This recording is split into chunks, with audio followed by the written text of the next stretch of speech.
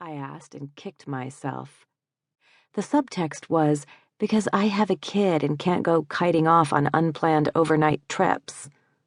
Not good to remind him of my limitations. Iris Oakley, able to leap tall exhibits in a single bound. Yeah, get back by 4. Shouldn't be any overtime. So I'd found Denny and the van and plugged the address into the GPS, and here we were, with the morning ticking away.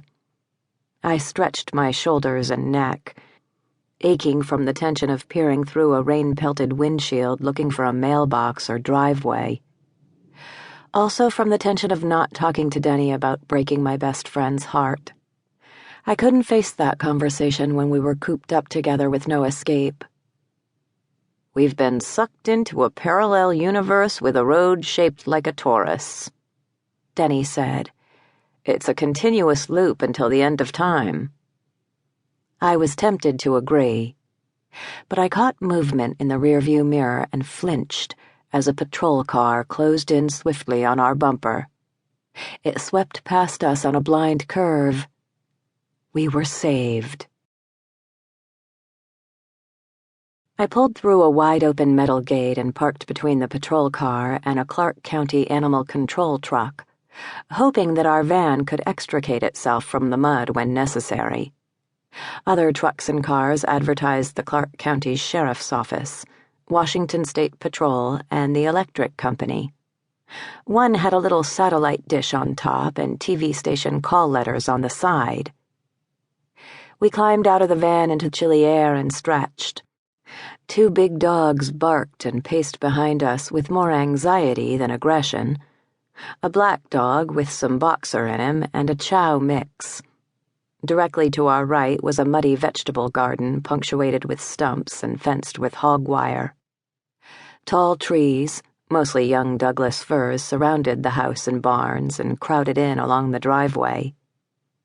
How did the garden get enough sun to survive? Lichen-frosted trees stood evenly spaced down the fence line, a few apples clinging to their crooked branches. All the open spaces were churned up mud everywhere. Currier and Ives it wasn't. A stump farm, Denny said, his dark blonde hair bare to the weather. Log the trees and starve trying to farm it, then give up and let the trees come back. Must be animal hoarders hiding out here so they can have all the dogs they want. Might have rabbits in that barn. Maybe a donkey somewhere around, or pygmy goats.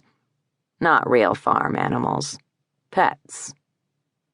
I'd known Denny a long time and had no trouble tuning out his stream of consciousness guesswork. He took off toward a barn 50 yards in front of us with long strides, tall and hunched forward. "Wait up," I called. "We need to talk to the cops first." Denny stopped and jittered in place, then swung toward the single-story gray house to our left. 3 homemade plywood doghouses near the front of the house had no door flaps, no bedding.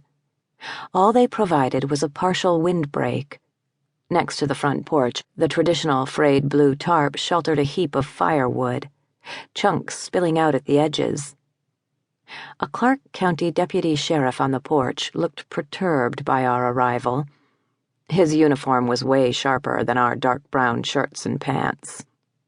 He wore a khaki shirt, olive green pants, and thick-soled black shoes that had picked up a lot of mud. He got to wear a star on his chest and an earbud with a coiled tube down to a pocket, plus a belt with a gun. I felt underdressed. "I'm Iris Oakley from Finley Zoo," I said. "This is Denny Steller. We're here to remove the exotic animals." The zoo agreed to hold them. The crew-cut deputy relaxed, nodded, and led us through the rain toward the closer of the 2 barns. I scanned the place as I dodged mud puddles in its wake. Both barns were roofed in rusted metal and sheathed in weathered wood siding. Feral blackberry canes arched along their sides. A green Vanagon camper with moss-edged windows sat composting alongside the closer barn.